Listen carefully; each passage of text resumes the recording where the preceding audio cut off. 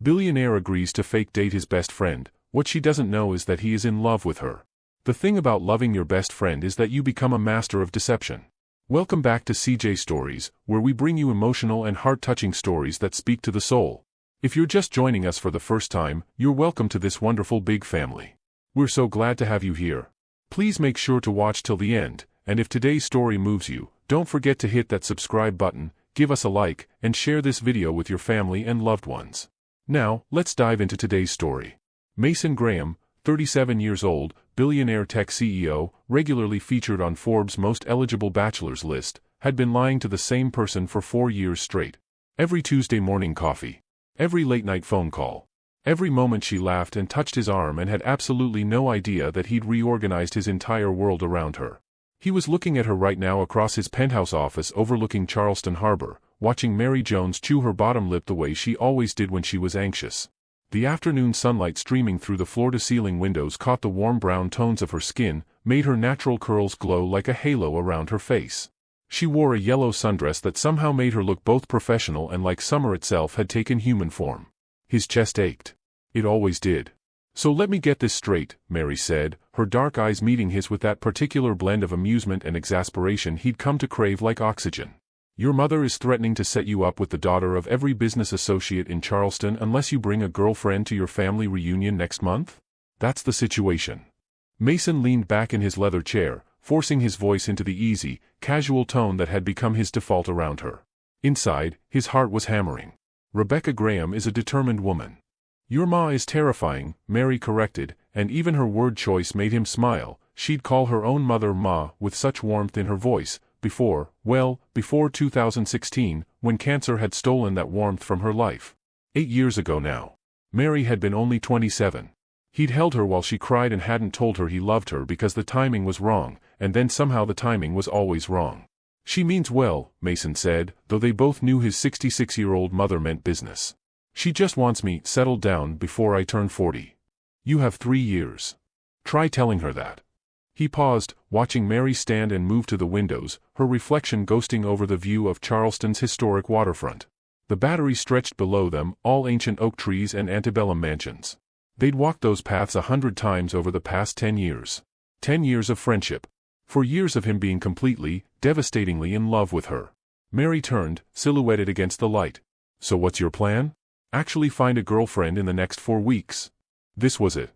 The moment he'd been planning for 3 sleepless nights. "I was thinking something simpler," Mason said, keeping his voice steady through sheer force of will. "I was thinking, you." The silence stretched exactly 4 seconds. He counted them. "Me?" Mary's eyebrows rose. "Mason, your mother knows we're just friends." Just friends.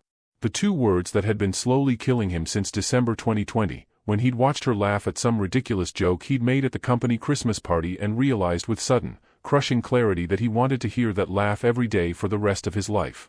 "Exactly," he said, standing and moving around his desk, careful to maintain the precise 3 feet of distance he always kept. Close enough to seem natural. Far enough that he wouldn't do something catastrophically stupid like reach for her. "She knows we're close. She likes you. It would be believable that we'd been keeping it quiet. You want to fake date me." Mary said it slowly, like she was translating a foreign language. "For your family reunion. 1 weekend. July 28th through 30th. The Graham family estate in the Lowcountry." He'd rehearsed this pitch like a business presentation, which was perhaps pathetic, but desperation made people pathetic. "You'd be saving me from an endless parade of setup attempts. And..." He paused. Here was the part he'd carefully calibrated. "Your nonprofit gala is in August, right?" Mary's expression shifted. "The Summer Arts Festival fundraiser. August 15th. Having a billionaire boyfriend for a few weeks couldn't hurt your donation numbers." It was manipulative. He knew it was manipulative. But Mary's community arts nonprofit, the organization she'd built from nothing after her ma died, channeling her grief into something beautiful that gave underprivileged kids access to music and art programs, was struggling. He'd seen the stress lines around her eyes when she thought he wasn't looking. He watched her think about it. Watched the wheels turn behind those intelligent dark eyes. Mary Angela Jones at 35 was even more beautiful than she'd been at 25 when they'd first met at a charity gala in 2014. Then, she'd been a volunteer coordinator with big dreams and a smile that had literally stopped him mid-conversation with a venture capitalist. Now, she was a non-profit director with those same dreams and a wariness that hadn't existed a decade ago. Derek had put that wariness there. The fiancé she'd caught cheating 3 years ago. Mason had wanted to destroy him, but Mary had just quietly ended the engagement and thrown herself into her work. She'd been 32 then. Single ever since. And Mason had been too much of a coward to risk their friendship by telling her the truth. "This is insane," Mary said finally. "Probably. Your family would never believe it. They'd absolutely believe it. My mother keeps asking why we're not dating." That made Mary's eyes widen. "She does? Every time I see her." Which was true. Rebecca Graham had long ago decided that Mary was perfect for her son and had made her opinions known at every opportunity. "She thinks I'm an idiot for not making a move." "Well," Mary said, and something flickered across her face too quickly for him to read. "You are a billionaire who regularly makes Forbes lists. You could date anyone." "I don't want to date anyone." The truth of that statement sat heavy in the air between them. "I'm tired of the setups and the expectations and the women who see dollar signs before they see me." That landed. He could see it in the way Mary's expression softened. "You know I don't care about your money," she said quietly. "I know." And he did. Mary had known him when he was just a 27-year-old with a startup and a dream. She'd celebrated when Graham Technologies went public in 2018, had been genuinely happy for his success without ever once asking him for anything. Even now, suggesting his billionaire boyfriend status could help her fundraiser clearly made her uncomfortable. She was quiet for a long moment, looking out at the Charleston skyline. The historic church steeples. The palmetto trees. The harbor where ships had arrived for centuries. "One weekend," she said finally. His heart stopped. "What? One weekend at your family reunion? We pretend to be dating. I help you avoid your mother's matchmaking." Mary turned to face him fully, and there was something almost sad in her smile. "And maybe you could come to the gala? As my date? It would help." Of course. He'd have agreed to anything. Would have walked through fire. Would have torn down buildings with his bare hands. "Whatever you need. Then I guess we have a deal." She walked toward him, hand extended like this was a business arrangement. Which it was. That was the entire problem. Mason took her hand. Her palm was warm against his. She had delicate hands, artist's hands, though she claimed she couldn't paint worth a damn and stuck to administrative work. The touch lasted 3 seconds before she pulled away. "We should probably establish some ground rules," Mary said, and he heard the slight tremor in her voice. Was she nervous? Like, how far does this fake relationship go? "Whatever you're comfortable with." Mason shoved his hands in his pockets to keep from reaching for her again. "We'll need to sell it. Light touches, maybe holding hands. My family is observant." "Right. Observant." Mary laughed, but it sounded strained. "Your mother will probably interrogate me about our first kiss." The word kiss in her voice did dangerous things to his self-control. "We can figure out a story," he managed. "Something believable. When did this supposedly start? Us dating?" Mason had already thought about this. Had played it out in his mind 100 times during sleepless nights. "Recently. Maybe a month ago? We kept it quiet because we wanted to make sure it was real before telling anyone. A month ago was mid-May." Mary was doing the mental math. "We went to that gallery opening on King Street." "Perfect. We went to the gallery, had dinner after, and—" He trailed off, the fictional narrative suddenly feeling too real, too close to what he actually wanted. "And you finally made a move," Mary finished, and was that wistfulness in her voice? "After 10 years of friendship." "After 10 years of friendship," he echoed. They stood there in his office, the late afternoon sun painting everything gold, and Mason let himself imagine for just a moment that this was real. That Mary was his. That he could close the distance between them and kiss her and it would mean something. "I should go," Mary said abruptly, breaking the spell. "I have a board meeting at 5. But we should probably practice? Before the reunion? Get our story straight? Practice dating each other." Mason smiled despite the ache in his chest. "That's a new one. Says the man who once practiced a TED Talk in front of me 17 times. It was an important talk. It was about cloud computing architecture, Mason. Nobody cared. 15 million views would suggest otherwise. This was easier. This banter, this rhythm they developed over a decade of friendship. This, he could do. This didn't require him to be anything other than what he'd always been to her. Even if it was slowly killing him. Mary grabbed her purse from the chair, a worn leather bag she'd had for years that she refused to replace despite his offers to buy her a new one. "So, fake date practice. When? Tomorrow night?" Too eager. He heard it in his own voice. "Unless you're busy." Tomorrow's Wednesday. Our usual dinner night anyway. They had a standing Wednesday dinner tradition. Usually something casual, barbecue from Lewis's on King Street, or seafood from one of the waterfront places. Just two friends sharing a meal and conversation. Except now it would be practice for pretending to be in love. Mason walked her to the elevator, maintaining that careful distance. The private elevator that went directly from his penthouse office to the parking garage. She'd been here so many times over the years that his assistant didn't even announce her anymore. "This is crazy," Mary said as the elevator doors opened. "Completely insane," he agreed. She stepped inside, turned to face him. The doors started to close, and for just a second, Mary's expression was unguarded. Vulnerable. Something that looked almost like longing. Then the doors shut, and she was gone. Mason stood there for a full minute, staring at brushed steel, before walking back into his office. The space felt empty without her. Everything felt empty without her. His phone buzzed. A text from Mary, *, just so we're clear, this fake relationship ends after the gala in August, right? Back to normal, *. He typed back, *, of course. Back to normal, *. The lie tasted bitter.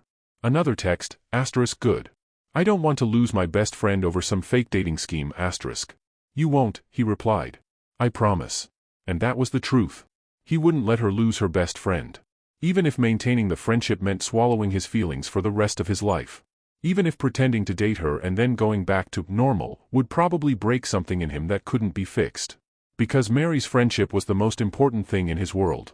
And he'd been protecting it for 4 years. He could protect it for 4 more weeks. Mason looked out at Charleston spreading below his office. The Holy City, they called it, named for its church steeples that had dominated the skyline since before the Revolution. He'd built his entire empire here, had chosen to headquartered Graham Technologies in this historic southern city specifically because Mary loved it so much. Everything came back to her. His phone rang. His business partner, James. "Tell me you didn't just do what I think you did," James said without preamble. "I have no idea what you're talking about." "Mason. Buddy. Light of my professional life. Did you seriously just ask Mary to fake date you? How did you?" Sienna texted me. Mary called her immediately. Something about needing advice on Mason's ridiculous plan. James sounded like he was trying not to laugh. "This is either genius or the dumbest thing you've ever done. It's a mutually beneficial arrangement. It's emotional suicide, my friend." James Chen, 39 years old and happily married for 8 years, had been telling Mason to confess his feelings to Mary for the better part of 4 years. "You're in love with her. She has no idea. And you're going to spend a month pretending to date her and then just go back to being friends. That's the plan. That's not a plan. That's a recipe for disaster. It's fine. I'm fine. You're the opposite of fine. You've been the opposite of fine since 2020 when you had your big revelation at the Christmas party." Mason pinched the bridge of his nose. "I can handle this. Can you? Can you really pretend to be her boyfriend, hold her hand, probably have to kiss her at some point to sell it to your family, and then just switch it off?"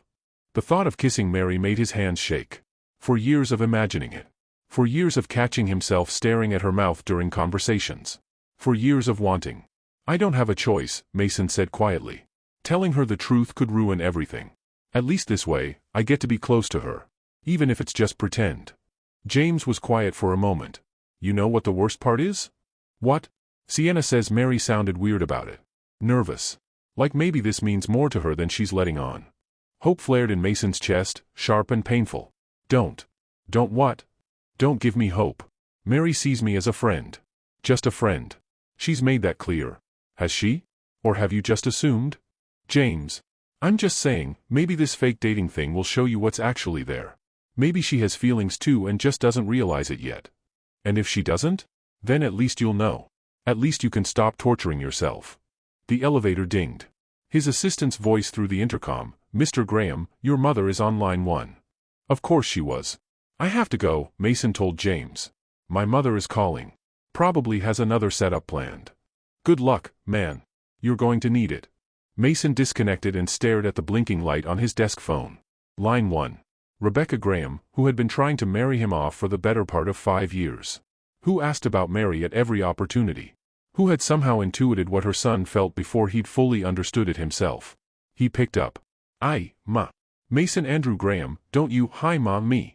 I just heard from Patricia Whitmore that you were seen having an intense conversation with Mary Jones in your office." Charleston society gossip moved at the speed of light. We were just talking. About what? About. He paused. Might as well start establishing the cover story. About us. Silence. Then, us? As in you and Mary us? We've been seeing each other. Quietly. We wanted to keep it private. His mother's squeal of delight nearly ruptured his eardrum. I knew it. I told your father, I said, those two are perfect for each other, and he said I was being a busybody, but I knew. Ma. We're taking it slow. How long has this been going on? About a month. A month. And you didn't tell me? We wanted to be sure. Of course you're sure. You've been in love with that girl for years. Mason's heart stopped. What? Oh, sweetheart. You think I don't know my own son? Rebecca's voice softened. I've watched you look at her the way your father looks at me. You light up when she walks in a room. I? He had no idea what to say. So you finally told her. Good. It's about time. And she said yes? Yes. We're together. The lies were stacking up. Each one felt like a betrayal. Well, I expect both of you at the family reunion. No excuses. We'll be there. And Mason? Don't screw this up. Mary is special. If you let her slip away because you're scared or stupid, I'll never forgive you. His mother had no idea how accurate that statement was. After they hung up, Mason sat in his office as the sun set over Charleston Harbor. The city lights began to twinkle. Tourist carriages rolled through the historic district below. The world continued on while he sat there contemplating the elaborate deception he'd just set in motion. For weeks of pretending to date the woman he loved. For weeks of touches and smiles and manufactured intimacy. For weeks that would either be the best or worst of his life. His phone buzzed with another text from Mary, I'm already regretting this. Shinna thinks I'm crazy kropka. He replied, we can still back out. 3 dots appeared, disappeared, appeared again. Finally, no. I said I'd help. I keep my promises. See you tomorrow night for practice. Mason looked at that message for a long time. At the quotation marks around practice. At the careful distance in her words. Tomorrow night, he would have to pretend to date his best friend. The same best friend he'd been helplessly in love with for 4 years. The same best friend who had no idea that every moment they spent together was both heaven and torture. This was either the best terrible idea or the worst brilliant idea he'd ever had. But it was too late to back out now. Don't forget to hit the subscribe button for more emotional and heart-touching stories that speak to the soul, and share your thoughts in the comments to tell us which story you want to hear next. Now let us continue. Mary stood in front of her bathroom mirror Wednesday evening, changing her outfit for the 4th time, and wondered what the hell she was doing. The yellow blouse. Too cheerful. The black dress. Too formal. The jeans and silk tank top. Too casual? It's just Mason, she told her reflection. 35 years old, and she was acting like a teenager getting ready for prom. You've had dinner with him 1,000 times. But this wasn't just dinner. This was practice. Practice for pretending to be in love with the man who'd been her best friend for 10 years. The man who still made her heart skip when he smiled that particular way, all dimples and genuine warmth. The man she absolutely could not have feelings for because feelings would ruin everything. Mary settled on dark jeans and a wine-colored top that made her brown skin glow, or so Sienna had told her when they'd gone shopping last month. She left her natural curls loose, applied minimal makeup, and tried to ignore the way her hands were shaking. Her phone buzzed. Mason, outside whenever you're ready. Norus, asterisco. Of course he was early. Mason Graham, Billionaire CEO, was somehow always exactly on time or 5 minutes early. It was both endearing and slightly annoying. Mary grabbed her purse, that same worn leather one she'd had for 8 years, since before her ma died, and headed downstairs from her apartment in the French Quarter district.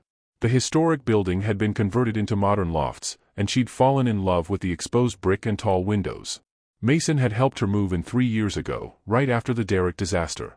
He'd carried boxes all day without complaint, a 34-year-old billionaire doing manual labor for his heartbroken best friend. That was Mason. That was why she'd said yes to this insane plan. He was leaning against his car when she emerged, not the Tesla he drove for business, but the vintage Mercedes he reserved for personal time. He straightened when he saw her, and something flickered across his face too quickly to name. Hey, he said, and his voice did that low, warm thing that always made her stomach flutter. Hey yourself. Mary took in his appearance, dark jeans, white button-down with the sleeves rolled up, expensive watch he wore so casually he probably forgot it cost more than most people's cars. At 37, Mason had aged into his features, sharp jawline, blue-green eyes that seemed to see right through her, dark hair with just a touch of gray at the temples that somehow made him more attractive. Forbes wasn't wrong about that most eligible bachelor thing. "You look beautiful," he said, and it sounded so natural, so genuine, that her breath caught. "We're practicing," she reminded him. "You don't have to. I always think you look beautiful."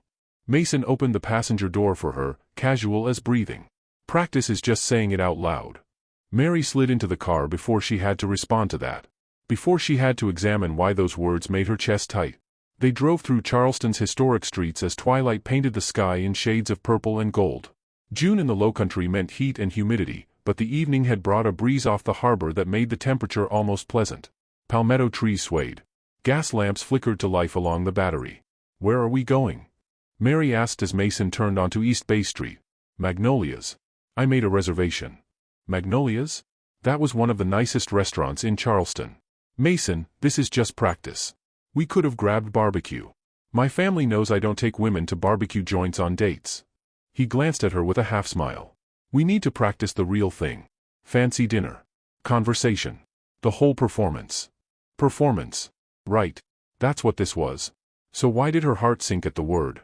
Magnolias occupied a restored antebellum mansion with a courtyard garden strung with fairy lights. The hostess greeted Mason by name, of course she did, and led them to a private table tucked into an alcove with a view of the garden. It was romantic. Devastatingly, perfectly romantic. "This is too much," Mary murmured as Mason pulled out her chair. "This is what we'll need to sell to my family." He settled across from her, and in the soft light, his eyes were more green than blue. "My mother knows I don't do anything halfway." The waiter appeared with wine recommendations. Mason ordered something French and expensive without looking at the price. Mary tried not to think about how different this was from Derek, who'd always wanted to split bills and complained when she ordered appetizers. Stop comparing. Derek was 3 years in the past. She was over it. Over him. "So," Mason said once they were alone again, "we should establish our story. Details my family will ask about." "Right. The cover story." Mary pulled out her phone. "I made notes." "Of course you did. One of us has to be organized." She pulled up her list. "First date. You said the gallery opening on King Street in mid-May." "May 18th, Mason confirmed. "The contemporary art exhibit. We went together, had dinner after at Husk, and I told you I'd had feelings for you for a while." The specificity made her look up. "You really thought about this." "I'm good at strategy." Something shadowed his expression. "It's kind of my job." "Okay. May 18th. You confessed feelings." Mary's fingers hovered over her phone. "And I said?" "That you'd been wondering if there was something more between us. That you'd felt it too but weren't sure if I did." "Had I?" The question slipped out. In this story, how long had I been feeling whatever I was feeling? Mason was quiet for a moment, studying her with those two perceptive eyes. "A while. Maybe since Derek. Maybe longer." Since Derek. Mary's ex-fiancé, who she'd caught with his assistant in 2021. She'd been 32, planning a wedding, thinking she'd found her person. That was 3 years ago. You don't have to use that if it's uncomfortable. No, it makes sense. Mary forced herself to focus on the story, not the memories. Not the humiliation of finding out everyone in Derek's office had known he was cheating. Not Mason showing up at her apartment that night with ice cream and terrible movies and just sitting with her while she cried. The rebound timeline. "I got over Derek, started seeing you differently." Exactly. The waiter returned with wine. Mason went through the tasting ritual, approved it, and waited until both their glasses were full before continuing. "We should probably know each other's favorite things," he said. "The details couples know. I already know your favorite things. We've been friends for 10 years. Humor me. What's my favorite food? Shrimp and grits from Hominy Grill. Extra cheddar, extra spice. Favorite movie? The Princess Bride. You quote it constantly and think I don't notice." Mason's smile was genuine, surprised. "Okay, what about my coffee order? Black, no sugar, from that specific place on King Street that you detour 20 minutes out of your way for because you're convinced they're the only ones who do it right." Mary took a sip of wine. "Your turn. What do you know about me?" "Everything." He said it simply, like it was obvious. "Your favorite color is that specific shade of purple, aubergine, you called it once. You hate cilantro with a passion that borders on unreasonable. You drink tea, not coffee, and you always add too much honey. You listen to Nina Simone when you're sad and Lizzo when you're happy. You stress bake, which is how I know when your nonprofit is having funding issues because you show up with 17 types of cookies." Mary stared at him. I didn't realize you paid that much attention. You're my best friend. Something raw flickered in his expression. Of course I pay attention. The weight of his gaze made her look away, focus on the menu. Her heart was doing complicated things in her chest. This was Mason. Just Mason. Her friend who remembered her favorite color and knew her stress-baking habits. Except he was also Mason Graham, billionaire, who looked at her like she was the only person in the world. What else should we establish, she asked, needing to break the moment. Physical affection. Mason's voice was carefully neutral. We'll need to be comfortable with casual touches. Holding hands. Maybe kissing. Mary said it before she lost her nerve. Your family will expect to see us kiss at some point. Probably. So we should practice? Once? So it's not weird when it happens.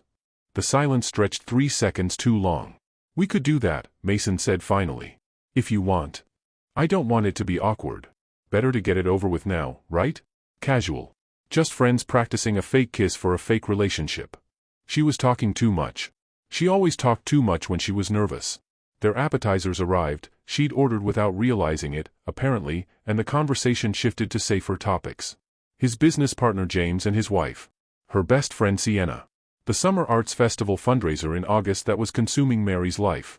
We're projecting 15% lower donations than last year, Mary admitted, pushing a scallop around her plate. The economy, inflation, people are tightening budgets. I get it. But these programs matter. These kids need access to art and music. How much do you need? Mason, no. I wasn't offering. I was asking. He leaned forward, elbows on the table. How much would make the difference? 200,000 would put us at goal. But I'm not asking you for money. I know. You never do. He smiled, but it was sad somehow. Even though you know I'd give you anything. That's why I don't ask. Mary met his eyes. Your friendship isn't about your bank account. It never has been. I know. He reached across the table, and his hand covered hers. Warm. Solid. That's one of the reasons. He stopped. Drew his hand back. One of the reasons what? One of the reasons you're my best friend. Mason's smile didn't quite reach his eyes. You've never wanted anything from me except me. The dinner continued. They talked and laughed and fell into their usual rhythm, except now there were these moments, hands touching when reaching for wine, knees bumping under the table, eyes meeting and holding just a second too long. Practice, Mary reminded herself. They were just practicing. By the time dessert arrived, chocolate torte they agreed to share, the restaurant had emptied to just a handful of late diners. The fairy lights in the garden glowed like tiny stars. This is nice, Mary said softly. Feels normal. Like us. Except we're supposed to be dating. Right. Dating. She took a bite of torte, let the dark chocolate melt on her tongue. Your family is going to ask how we got together. The exact moment. The story is I kissed you. After dinner at Husk on May 18th. We walked along the Battery, and I just went for it. Romantic. I try. Mason's voice was dry, but his eyes were serious. What about the other way? What other way? What if you kissed me? What if in the story, you made the first move? Mary's pulse kicked up. Did I? You tell me. It's our story. This felt like more than practice. This felt like something shifting between them, some invisible line becoming visible. Maybe, Mary said slowly, it was mutual. Maybe we both leaned in at the same time because we'd been dancing around it for weeks. Months, Mason corrected softly. In the story, I'd been wanting to kiss you for months. How many months? Does it matter? For the story, yes. He looked at her for a long moment. The restaurant had gone quiet around them. The candle on their table flickered. Years, Mason said. In the story, I'd been wanting to kiss you for years. Mary's breath caught. There was something in his voice. Something that made her wonder if they were still talking about the story. Years, she repeated. But I was scared. Scared of ruining the friendship. Scared you didn't feel the same way. He wasn't looking at her now. So I waited until that night in May when you smiled at me in that particular way you do, and I thought maybe, possibly, you might feel it too. This wasn't practice anymore. This felt real. Mason. We should probably go. He signaled for the check, and the moment shattered. It's getting late. The drive back to her apartment was quiet. Not uncomfortable, but heavy with unspoken words. Mason pulled up in front of her building, killed the engine. So, Mary said. I think we have our story straight. Yeah. And we should probably, the practice kiss. Before the reunion. Right. Neither of them moved. Not tonight though, Mary added quickly. Tonight was good. Story established. Details confirmed. That's enough practice for now. Sure. Whenever you're ready. She should get out of the car. Go inside. Stop sitting here in the dark with her best friend who apparently had a detailed fantasy about kissing her worked out in his head. Mason, can I ask you something? Anything. Why me? For this plan? You could have asked any woman in Charleston. Hired an actress. Whatever. Why ask me? He was quiet so long she thought he wouldn't answer. Then, because you're the only one who knows me. Really knows me. Not the billionaire or the CEO or the Forbes list guy. Just me. Mason. The person under all of it. I like that person, Mary said softly. The real you. I know. That's the problem. He said it so quietly she almost missed it. What? Nothing. I just meant. He turned to face her, and in the dim light from the street lamps, his expression was unreadable. I meant thank you. For agreeing to this. I know it's asking a lot. You do it for me. In a heartbeat. They sat there another moment, and Mary felt the weight of something unsaid pressing against her ribs. The urge to ask what he'd meant by, that's the problem. The urge to lean across the console and find out what his mouth tasted like. Instead, she opened the door. Same time next week, she asked. More practice? Actually, I was thinking this Saturday. There's a charity polo match at Middleton Plantation. Very Charleston society. Good place to be seen together, start the rumors before the reunion. You want to go public? Soft launch. He smiled. Just be seen together in public, let people draw their own conclusions. By the time the reunion happens, it'll be old news. Strategic. Always. Mary stood on the sidewalk, leaning down to look at him through the open door. This is going to work, right? We can pull this off and go back to normal after? Something flickered in Mason's eyes. Absolutely. Back to normal. She nodded, said goodnight, and walked into her building. Only when she was safely in her apartment did she let herself feel the full weight of the evening. The way he'd looked at her over dinner. The way he'd said, years. The way her heart had responded. This was dangerous. This was pretending to feel something she maybe actually felt. Her phone buzzed. Sienna, how was practice? Mary typed back, confusing. Good confusing or bad confusing? I don't know yet. She got ready for bed, washed her face, tried not to think about Saturday. About being seen in public with Mason as more than friends. About what came after, the reunion, the gala, and then back to normal. Except Mary was starting to suspect that normal was already gone. That maybe it had been gone for a while, and she'd just been too scared to notice. Her phone lit up one more time. Mason, thank you for tonight. Sleep well, She stared at those words for a long time before responding, you too. Then, before she could stop herself, for what it's worth, I think the real you is pretty great. 3 dots appeared. Disappeared. Appeared again. Finally, that means everything. More than you know, Mary lay in bed in her dark apartment and wondered what she'd gotten herself into. Wondered if you could fake date someone you were maybe actually falling for. Wondered when exactly Mason had stopped being just her best friend and started being something dangerously close to everything. Outside, Charleston slept. The historic city with its secrets and its stories and its centuries of star-crossed lovers who'd walked these same streets. And Mary Angela Jones, 35 years old, lying awake at midnight, finally admitted to herself what she'd been avoiding for longer than she wanted to examine. She had feelings for Mason Graham. Real feelings. The kind that didn't go away after a fake relationship ended. The kind that could ruin everything. Don't forget to hit the subscribe button for more emotional and heart-touching stories that speak to the soul, and share your thoughts in the comments to tell us which story you want to hear next. Now let us continue. Saturday arrived with the kind of brutal low-country heat that made the air shimmer and the Spanish moss drip like melted wax from the live oaks. Mason picked Mary up at noon, and she emerged from her building wearing a white sundress that made his chest physically ache. White brimmet hut? Sunglasses that hid those expressive dark eyes. She looked like summer incarnate, like every fantasy he'd had for 4 years walking toward his car in 3 dimensions. Ready for our debut? She asked, sliding into the passenger seat. As I'll ever be. He pulled into traffic, heading toward Middleton Plantation on the Ashley River. Fair warning, Charleston society is going to have opinions. About us? About everything. It's what they do. Mason glanced at her. You sure you want to do this? Once we're seen together at this thing, the rumor mill will be unstoppable.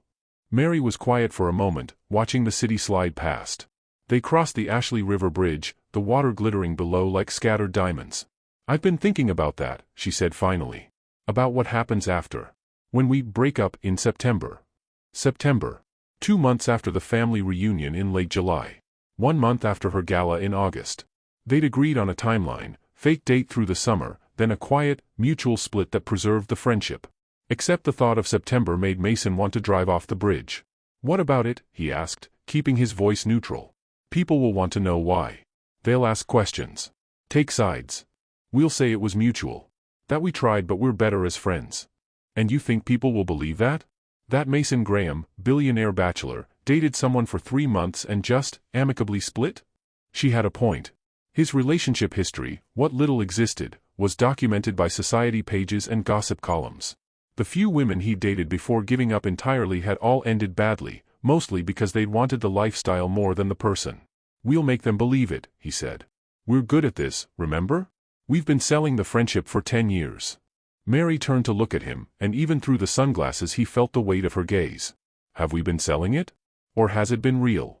It's been real. The most real thing in his life. That's why this will work.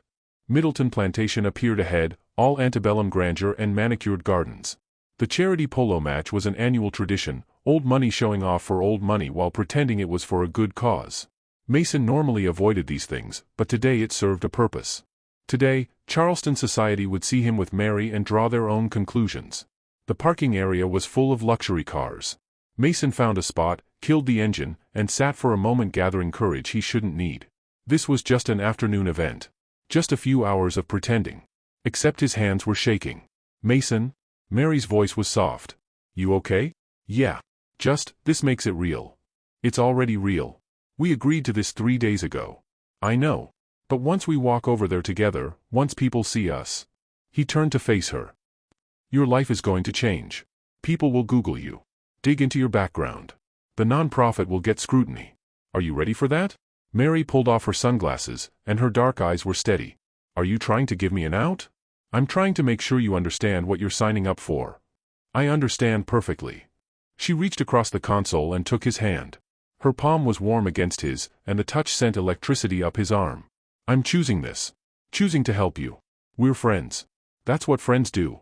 Friends. The word felt like a knife between his ribs. Right, he managed. Friends. They walked toward the plantation grounds hand in hand. Practice, this was just practice, and Mason felt every eye turn toward them. The whispers started immediately. Is that Mason Graham? Who's the woman? I've never seen him bring a date to one of these. Mary's hand tightened in his. Ignore them, she murmured. You get used to it. They found seats in the viewing area, a white tent with tables overlooking the polo field. The Ashley River glittered in the distance.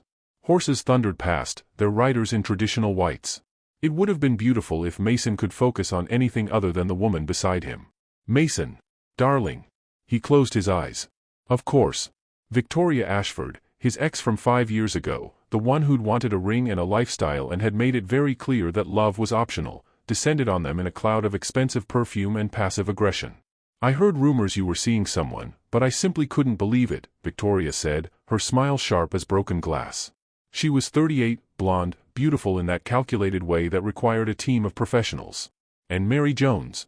The non-profit girl. How unexpected. Mason felt Mary stiffen beside him. Victoria, he said coolly. Lovely to see you. Is it? Victoria's eyes flickered between them. I'm just surprised. After all our conversations about how you weren't the relationship type, how you'd never settle down, and here you are. Settled. This was a test. Victoria had always been good at tests. People change, Mason said, and pulled Mary closer. His arm around her waist felt natural, felt right, even though it was performance. When you meet the right person. How long has this been going on? Victoria's tone was light, but her eyes were calculating. A few weeks, Mary answered before Mason could. We kept it quiet. I'm sure you did. So much easier when there's no scrutiny. Victoria's smile was venomous. No pressure to actually make it work. Victoria, Mason started, but Mary cut him off. Actually, the privacy has been nice, Mary said, and her voice was pure steel wrapped in velvet. Getting to know each other without everyone's opinions. Novel concept, I know. Victoria's expression froze. Someone behind them laughed.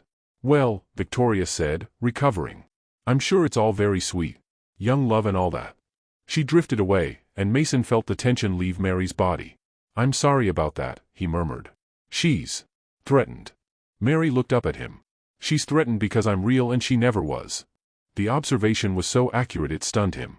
Yeah. I don't like her. Join the club. They watched the polo match, made small talk with other guests, and played their parts. Mason introduced Mary to business associates, society fixtures, people whose opinions shaped Charleston's social landscape. Each time, he felt a fierce pride that she was here with him, that people saw them together. Even if it was all pretend. By the third hour, they'd settled into a rhythm. Mary's hand on his arm. His fingers tangled with hers. The casual intimacy of people who belonged to each other. He could get used to this. That was the problem. I need some air, Mary said finally, as the afternoon heat peaked. Walk with me. They escaped the tent, wandering toward Middleton's famous gardens. Camellias and azaleas bloomed in riots of color despite the June heat. Butterflies drifted lazily. The world felt hushed, private, like they'd stepped out of time. That was intense, Mary said, removing her hat and fanning herself. Does it ever get easier? Being stared at? You learn to tune it out. I don't know how you stand it. Everyone watching. Judging. Calculating what you're worth. Mason stopped walking. They'd reached a quiet corner of the garden, hidden by magnolia trees heavy with white blooms. Is this too much? We can leave. No, I'm fine. Just. Mary sat on a stone bench, looking up at him. This is your world. I don't belong here. Yes, you do. Mason, look around. These people have money older than God. They summer in the Hamptons and winter in Palm Beach. I run a non-profit out of a converted warehouse. And you've done more good in this world than anyone in that tent. He sat beside her, close enough that their thighs touched. Money doesn't mean anything. You know that. Easy to say when you have it. There was an edge in her voice he'd never heard before.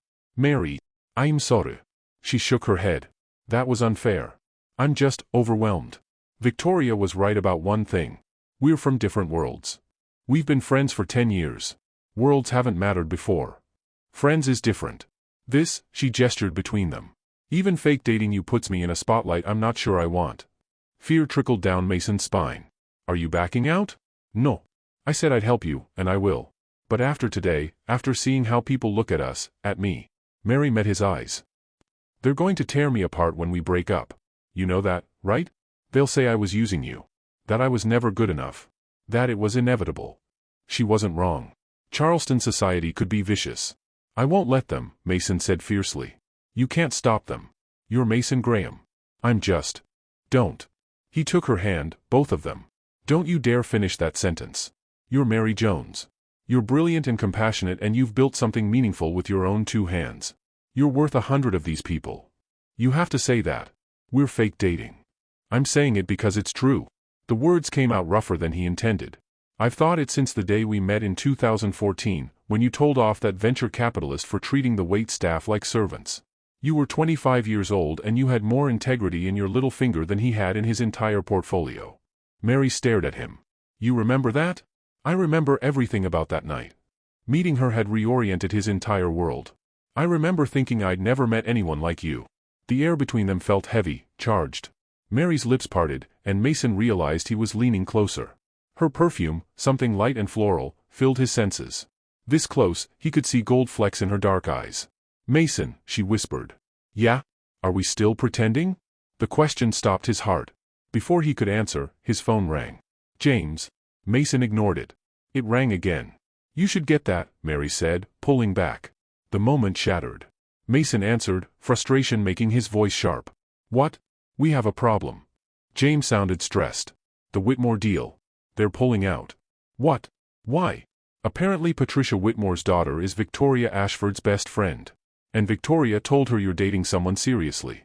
Patricia doesn't want to do business with you anymore because, and I quote, family men lose their edge.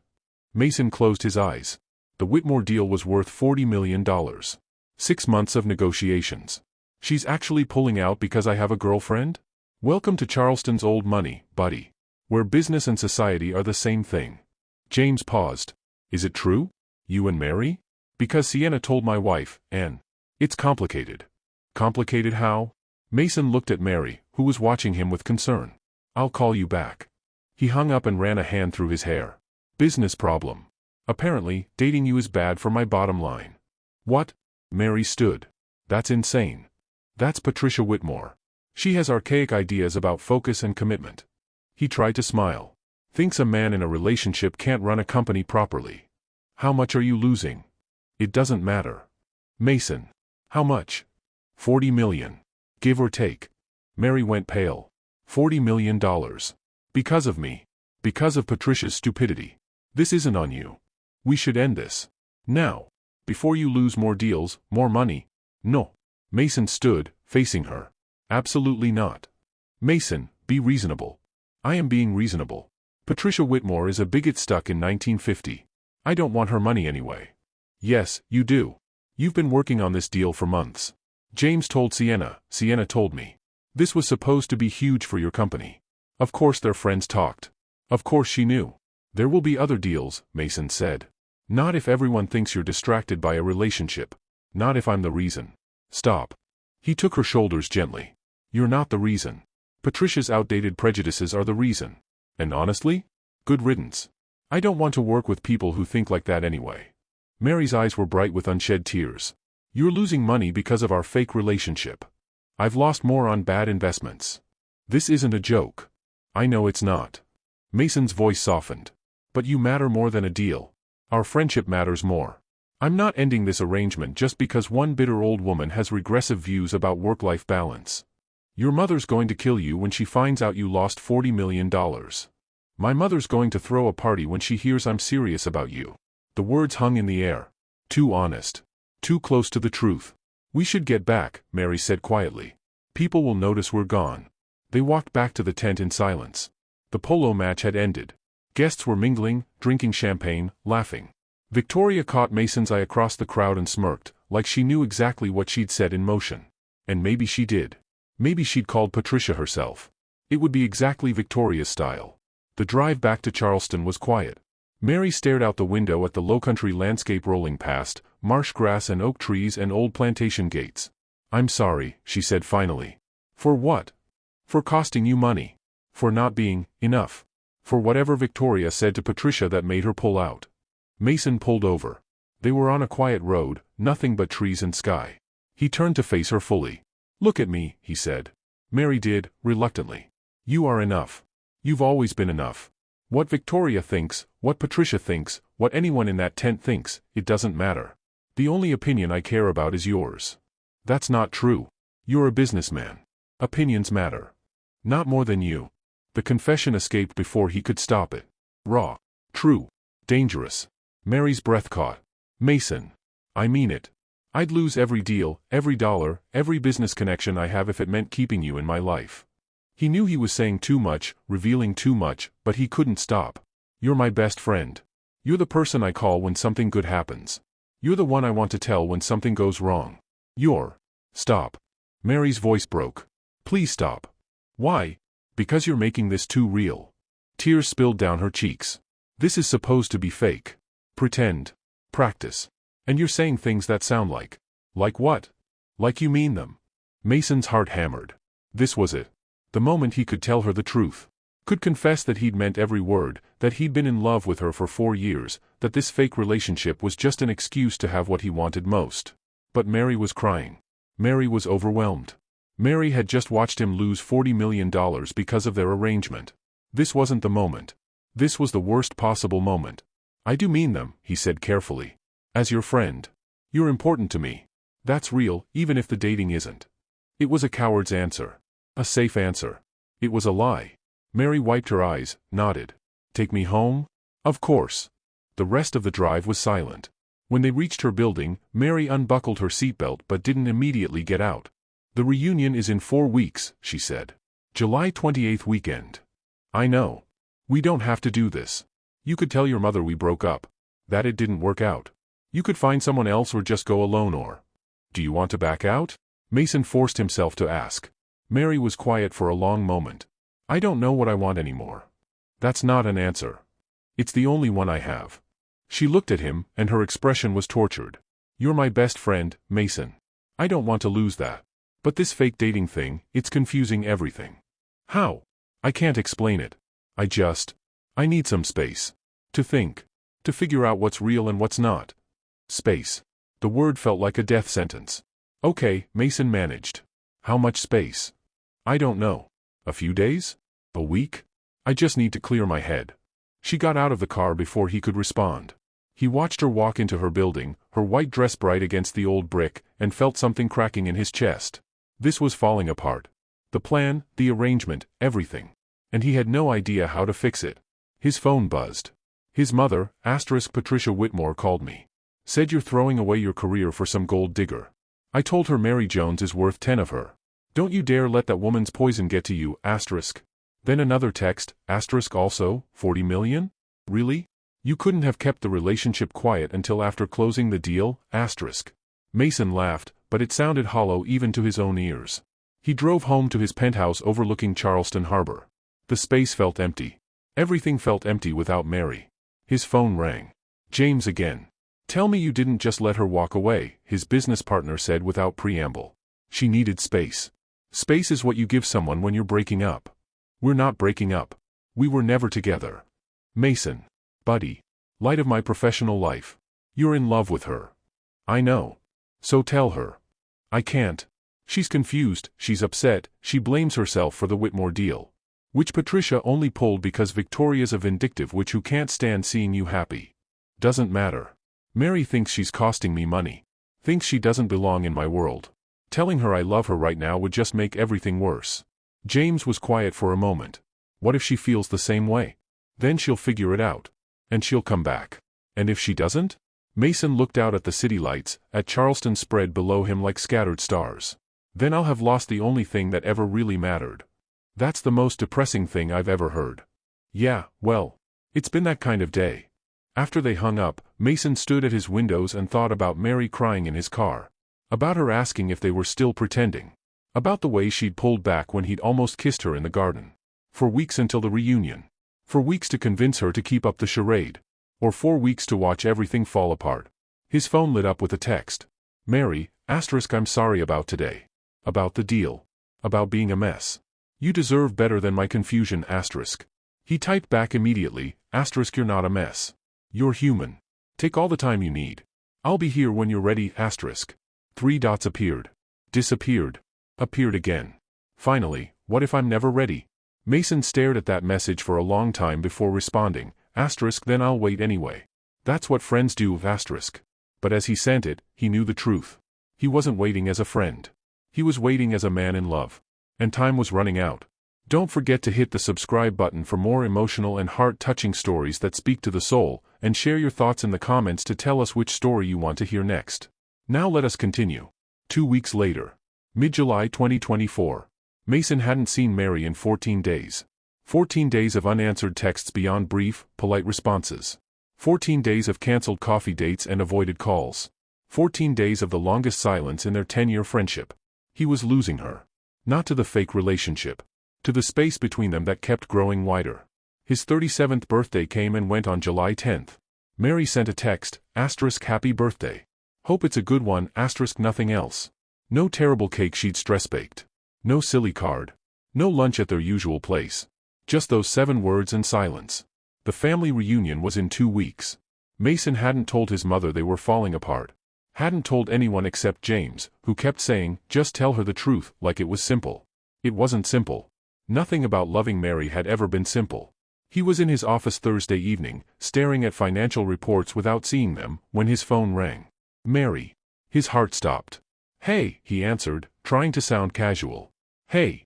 Her voice was small. Can we talk? In person? Of course. When? Now? I'm downstairs. Mason was at the elevator before she finished the sentence. Mary looked exhausted. Still beautiful, she'd always be beautiful to him, but there were shadows under her eyes. She wore jeans and one of her non-profit t-shirts. No makeup. Hair pulled back. This was Mary stripped down to essentials. Come in, he said. They sat in his office, the city lights twinkling below. The silence stretched uncomfortable and wrong. I've been thinking, Mary said finally. About us. About this arrangement. Okay. I can't do it. The words came out rushed. I can't go to your reunion and pretend. I can't keep doing this. Mason's world tilted.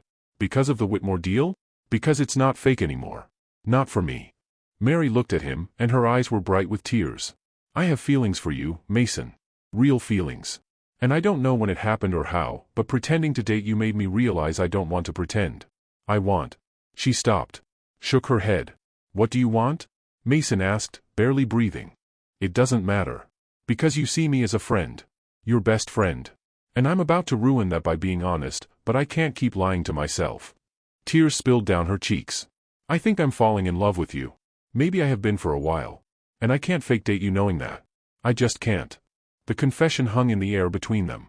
Everything Mason had wanted for 4 years, said out loud, real, happening. And he couldn't find words. The silence stretched too long. Say something, Mary whispered. His voice broke. Mary, it's okay. She stood abruptly. I knew this would ruin everything. I just had to tell you. I couldn't keep pretending. Wait. Mason stood too. You think this is one-sided? Isn't it? No. The word came out fierce. God, no. Mary, I've been in love with you for 4 years. She froze. What? December 2020. The Christmas party. You laughed at some stupid joke I made, and I realized I wanted to hear that laugh every day for the rest of my life. The words poured out now, unstoppable. I've been lying to you for 4 years because I was terrified of losing you. The fake dating plan? It was selfish. It was an excuse to have what I wanted without risking the friendship. 4 years? Mary's voice was barely audible. 4 years of loving you. Wanting you. Being too much of a coward to say it. You loved me when Derek. I wanted to destroy him when he cheated on you. I wanted to tell you then, but you were hurting, and the timing was wrong. Then it was always wrong. Or I told myself it was. Mason moved toward her. I'm sorry.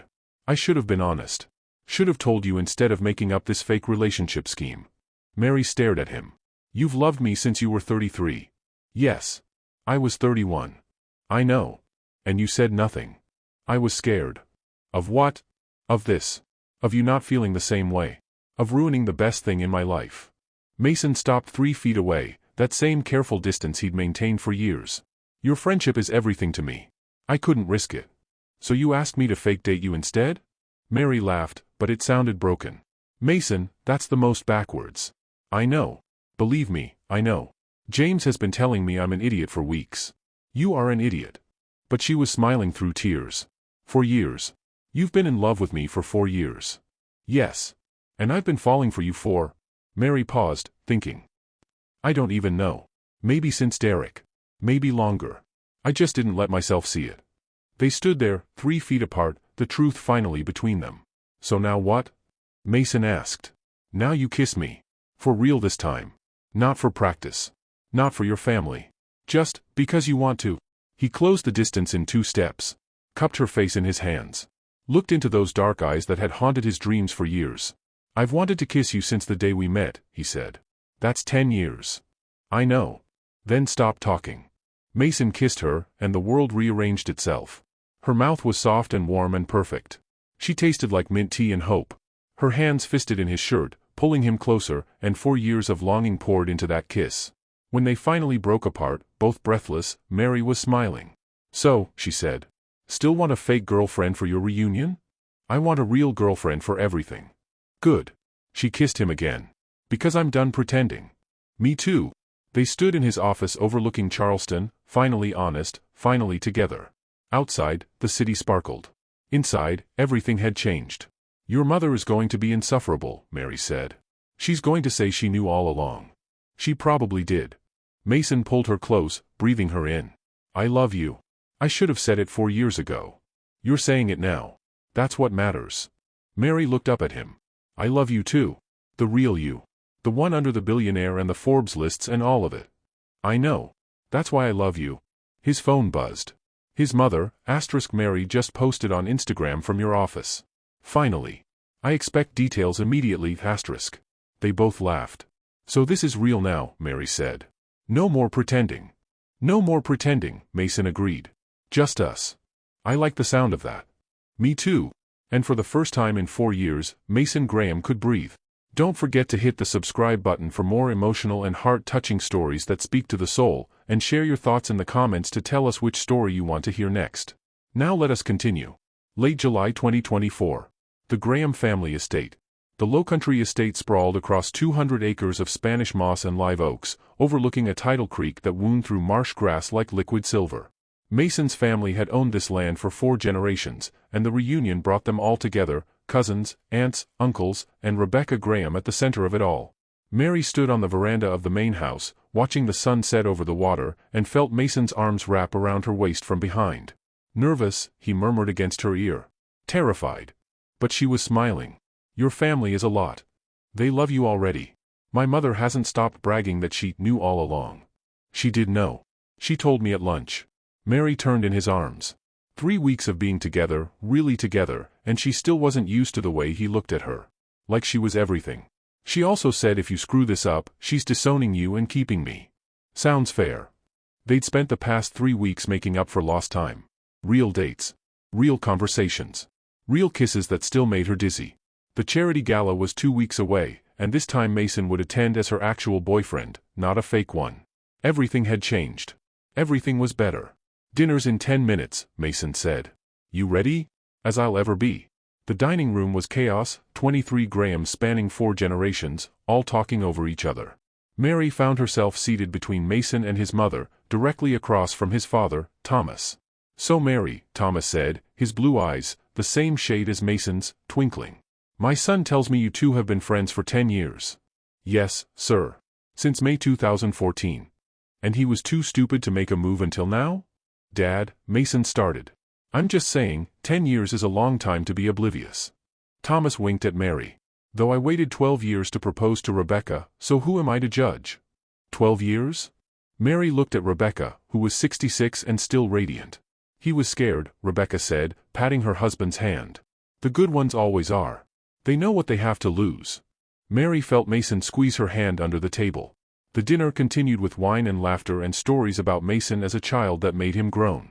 His cousin Garrett, 34 and married with twins, regaled everyone with the story of 13-year-old Mason trying to build a computer from scratch.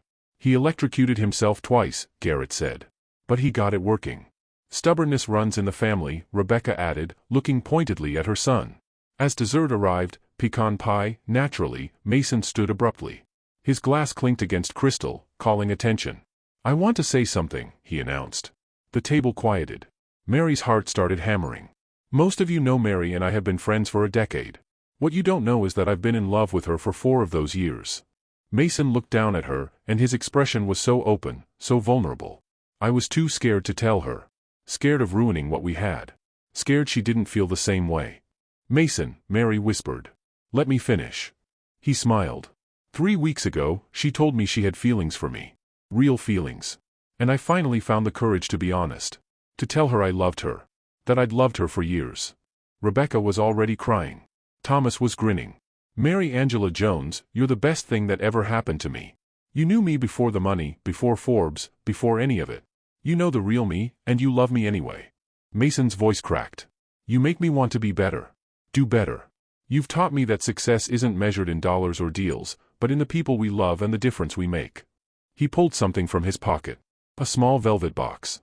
Mary's breath stopped. I know we've only been officially together for 3 weeks, Mason said. But I've loved you for 4 years. Known you for 10. And I don't want to waste another second. He dropped to one knee. The entire table gasped.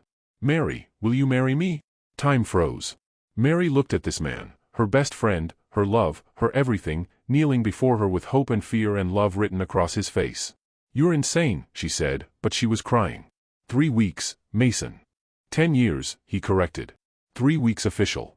10 years of friendship. 4 years of me loving you.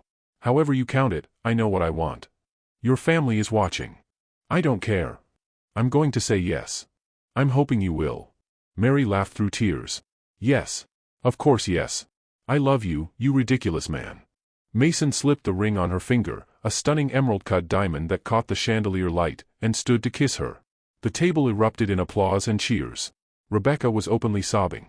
I knew it. I told everyone. Ma, please, Mason said, but he was grinning. The rest of the evening was a blur of congratulations and champagne and happiness so intense Mary felt drunk on it. They escaped to the veranda around midnight, the sounds of the party fading behind them. That was quite a grand gesture, Mary said, admiring her ring. I've been planning it for a week. Only a week? I bought the ring 4 years ago. Just in case. Mary stared at him. You what? December 2020. Right after I realized I loved you. I bought a ring and kept it in my desk drawer. Mason pulled her close. Pathetic, right? Romantic. She kissed him softly.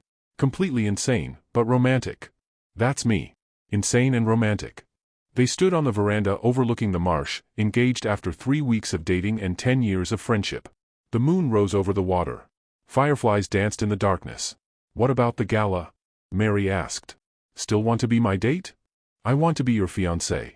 That works too. I love you, Mason said. Real. Not fake. Forever. I love you too. Mary looked at her ring, then at him. Best fake dating scheme ever. Agreed. August 15, 2024. Summer Arts Festival Gala. The converted warehouse sparkled with lights and art. 200 guests filled the space, and the donation total on the big screen read $387,000, nearly double last year's goal. Mary stood at the podium in a midnight blue gown, Mason beside her in a tuxedo. Thank you all for supporting arts education, she said. These programs change lives. Give kids opportunities they wouldn't otherwise have. And I'm thrilled to announce that Graham Technologies has committed to matching all tonight's donations dollar for dollar. The crowd erupted. Mason just smiled. Later, dancing to jazz from the youth orchestra Mary's nonprofit funded, she looked up at her fiancé. You didn't have to match donations. I wanted to. This is important to you, so it's important to me. I'm marrying a billionaire who uses his money for good. You're marrying your best friend who happens to be a billionaire. True. Mary rested her head on his chest. When should we actually get married? Tomorrow? Mason. Next month? How about next spring? April 2025? Give us time to plan. April it is. He kissed the top of her head. I'd wait 10 more years if that's what you wanted. No more waiting. We've done enough of that. Agreed. They danced as the summer night deepened, surrounded by art and music and community. Two people who'd found each other 10 years ago and taken the long way to forever. But they'd made it. And that's what mattered. 6 months later. February 14, 2025. Valentine's Day. Mason woke to find Mary already awake, watching him. Happy Valentine's Day, she said. Happy Valentine's Day, future Mrs. Graham. 2 months until the wedding. 63 days. But who's counting? Mary laughed. They were in her apartment, soon to be their apartment, since Mason was moving in next week. The penthouse would become office space. This cozy loft with exposed brick was home. I have something for you, Mason said, reaching into the nightstand. We said no gifts. Elite. He handed her an envelope. Inside was a check made out to the Summer Arts Festival nonprofit. For $2 million. Mary's hands shook. Mason. Endowment fund. So you never have to stress about funding again.